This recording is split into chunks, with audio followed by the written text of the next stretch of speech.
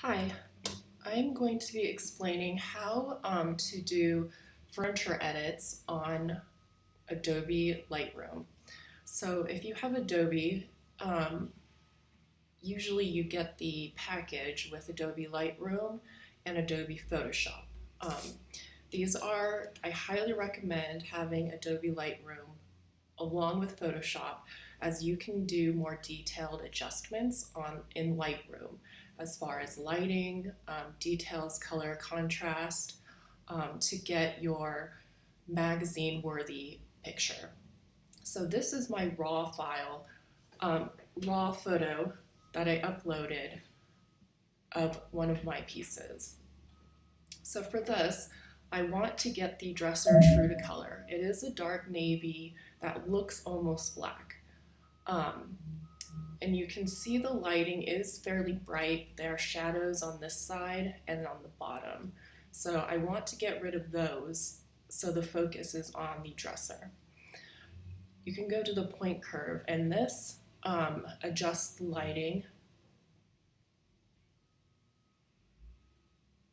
on a curve. So from above would be the point over here, but I don't want it that bright because I only want it a little bit. And then the bottom one would be the bottom curve.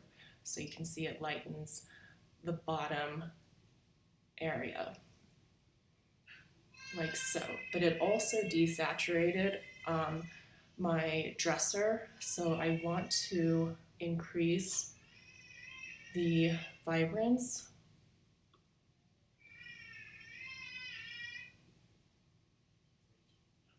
and saturation. The flowers I have are very pink on this, and I'm going to increase the contrast slightly just to intensify the color even more, so you can tell it's a dark navy.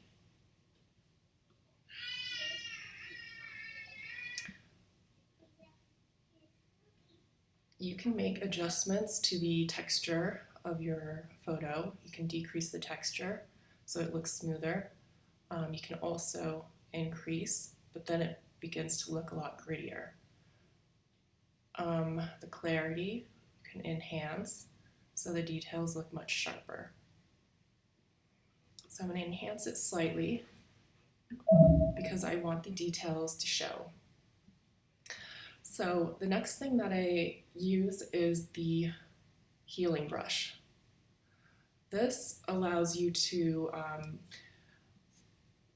get rid of little spots and blemishes because for example, there is a little spot on the floor here that I want to get rid of, so I just click on that. And this little dot here is where it cloned the image. So it's basically replicating this little dot onto the dot originally. You can move this around to adjust it if needed. It's usually pretty accurate, but sometimes you need to adjust it. So for example, I have this right here, and you can make it larger, that I want to get rid of. And then there's a little blemish right here. So usually I just use this for my floor, or if there's like a little something on the wall. I don't do it to my actual piece because I want it to be accurate, so I won't Photoshop out some details on my actual piece. I just use it to tweak the floor and the background. Go back to edits, and then the next one that I use is the brush. The brush allows you to select certain areas of the photo where you would like it adjusted. For this one, I want to take the glare off of this area right here, where my lighting was much more brighter. I want to kind of even it out so it looks like the other side. So I'm going to decrease the exposure, and then I'm going to click and just drag my mouse right here, and you can see the details become less overexposed.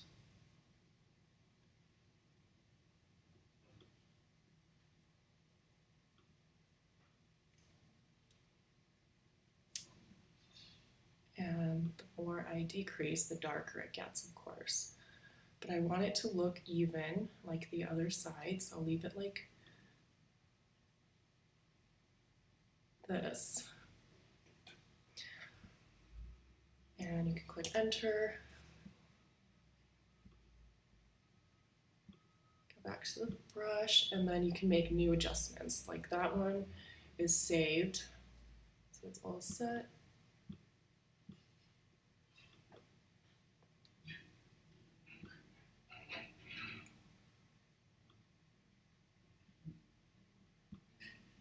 Okay, so I'm gonna go back to the brush, and then I'm going to make the floor much lighter. I want it to match the wainscoting in the background so that it's even and the focus is on my dresser and not on the floor. So for that one, I'm going to increase the whiteness, increase the exposure, and go along my floor. And as you can see, this brightens it.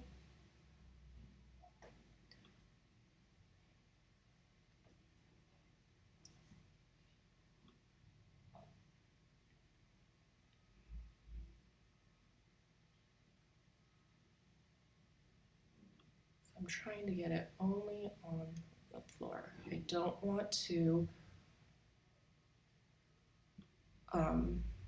mess with the color on my piece because I want it to look accurate. So I'm only adjusting the background and floor to suit showcasing off my dresser the best that I can.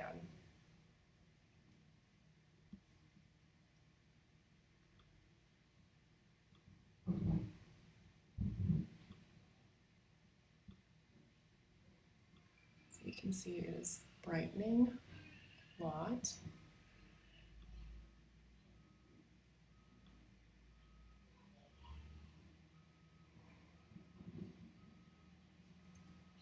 You click this to deselect certain areas. I got too high here, so I'm going to get that back to normal. It just fixes it so it's back to how it originally looked like without the brush.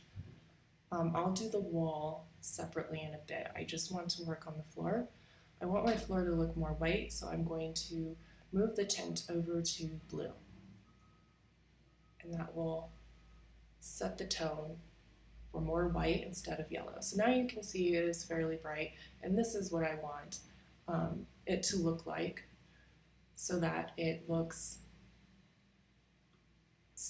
the similar color to my wall and it looks more uniform. Just click edit and that saves it, and then go back to the brush again. I'm going to lighten my walls now. So for this, I'm going to increase exposure and drag it over here to lighten up my wall. So now it matches the other side. Now that it's even, I'm going to go back, save that, and then use the brush again because I'm going to now do it on both sides, but I want the tone to be even, so that's why I only worked on one side where it was darker and made it even with the other side. So now when I lighten both sides, they will look the same. I'm going to increase the exposure.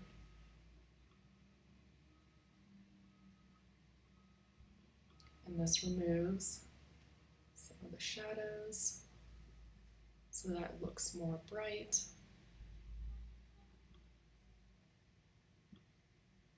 Clean. There we go.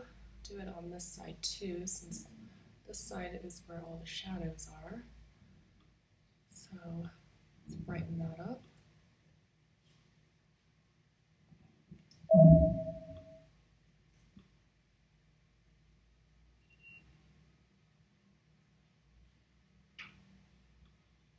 So you can see that brighten up my wall without me making adjustments to the whole photo. So that way my piece itself, it already looks accurate. I want to keep it that way.